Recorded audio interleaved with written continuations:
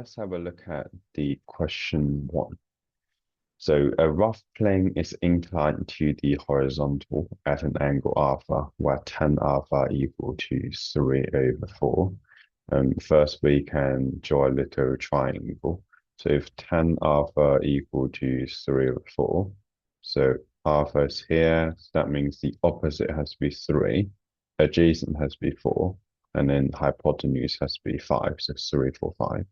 Then we know sine alpha is equal to 3/5, and then cos alpha is equal to 4/5. And then let's draw the diagram as well. So a rough plane is inclined to the horizontal and then at an angle alpha. So this is the horizontal plane, and then inclined at an angle alpha. So let's just call this angle alpha. And a brick P of mass M is placed on the plane. So a brick P of mass M is placed on the plane. So let's draw the brick. So this is brick P. And then the mass is M, so that means the weight has to be equal to mg. And then the normal reaction R is always perpendicular to the plane. So then let's label this one R.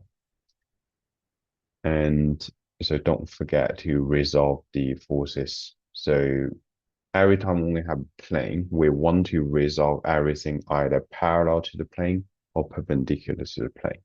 Because if the brick is on the plane, it has to be moved in the direction which is parallel to the plane. So either goes this way or this way. So that's why we need to work out the force in this direction. So we need to resolve everything either parallel or perpendicular to the plane. So then if we resolve this one, so this component is the one which is perpendicular to the plane, and then this one is parallel to the plane. And then the angle is still alpha.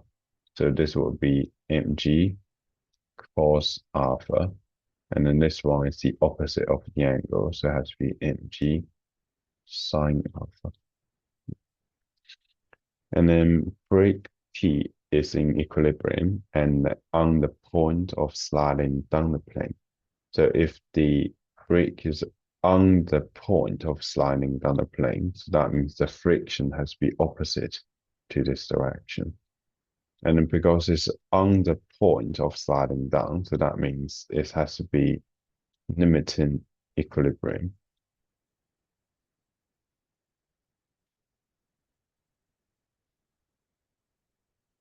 And if it's a limiting equilibrium, so it means friction has to be equal to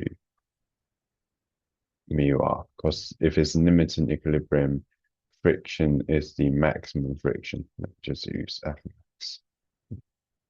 So then this is just equal to mu times by r.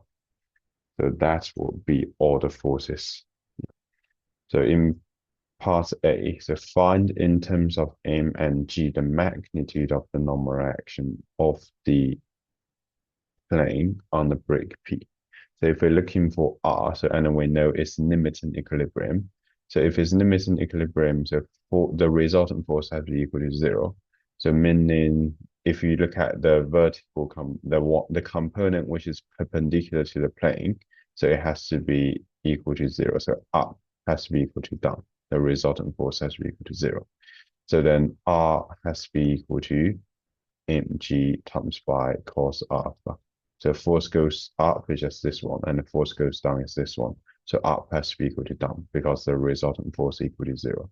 And then we know cos alpha is equal to 4/5, so this is just 4/5 mg. And then for part B, so we're now looking for mu. So now we can look at the horizontal component, so the one which is parallel to the plane. So the force goes down is equal to mg times by sine alpha, and then the one goes up is equal to mu r, and then because it's limiting equilibrium, so up has to be equal to down. And then we already know r is equal to mg times by cos alpha. So divide by mg for both sides, and divide by cos alpha for both sides. So we have tan alpha equal to mu, which means mu is equal to 3/4, as they want. Okay, and then for part C and D, you are not required to do any further calculations. Let's say so. Brick P is now removed from the plane, and the much heavier brick Q is placed on the plane. So the coefficient of friction between Q and the plane is also 3/4. Explain briefly why brick Q will remain at rest on the plane. So for this one, because like M is just mass, yeah. So it could represent any number. So it could be 2 kg, it could be 5 kg, could be 10 kg. Doesn't matter. It's still satisfied. Why? Because the friction will increase in the same proportion as the weight component. So it basically, if you have the down component mg sine alpha, yeah, and then the friction is always equal to mu r. And then as long as in equilibrium, R is always equal to mu times by mg cos alpha. So those two components are always the same. Doesn't matter what value of m is. So if we put in as numbers, so we will see is just 3/5 mg for the downwards force. And then for the friction, it's always mu, which is 3/4 doesn't change, times by mg times by cos alpha, which is 4/5. If we simplify, so that's also 3/5 mg. Yeah. So doesn't matter what value of m is. So they are always equal to each other because the friction will increase in the same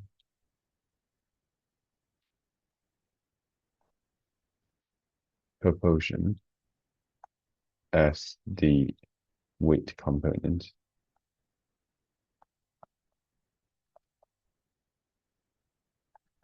Is that you are not required to do any further calculations. So you don't have to write this.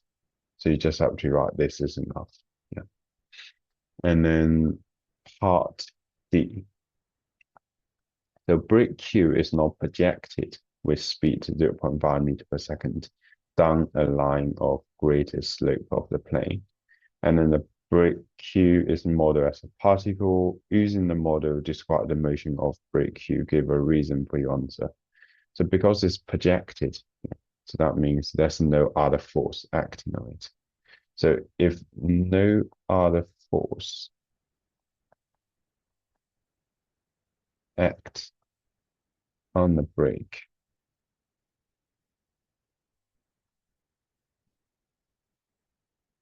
Q, so that means the resultant force should still be 0 as before. And if the resultant force is equal to 0, that means F equal ma, acceleration is equal to 0 as well. And if the acceleration is equal to 0, that means the brick Q will travel with constant speed because acceleration is equal to 0. So if there's no acceleration, the speed never changes. So it just travel with constant speed. Thank you for watching the video. If you have any questions, you can leave some comment. And then if you find the video helpful, please like it and subscribe it. May the A star be with you.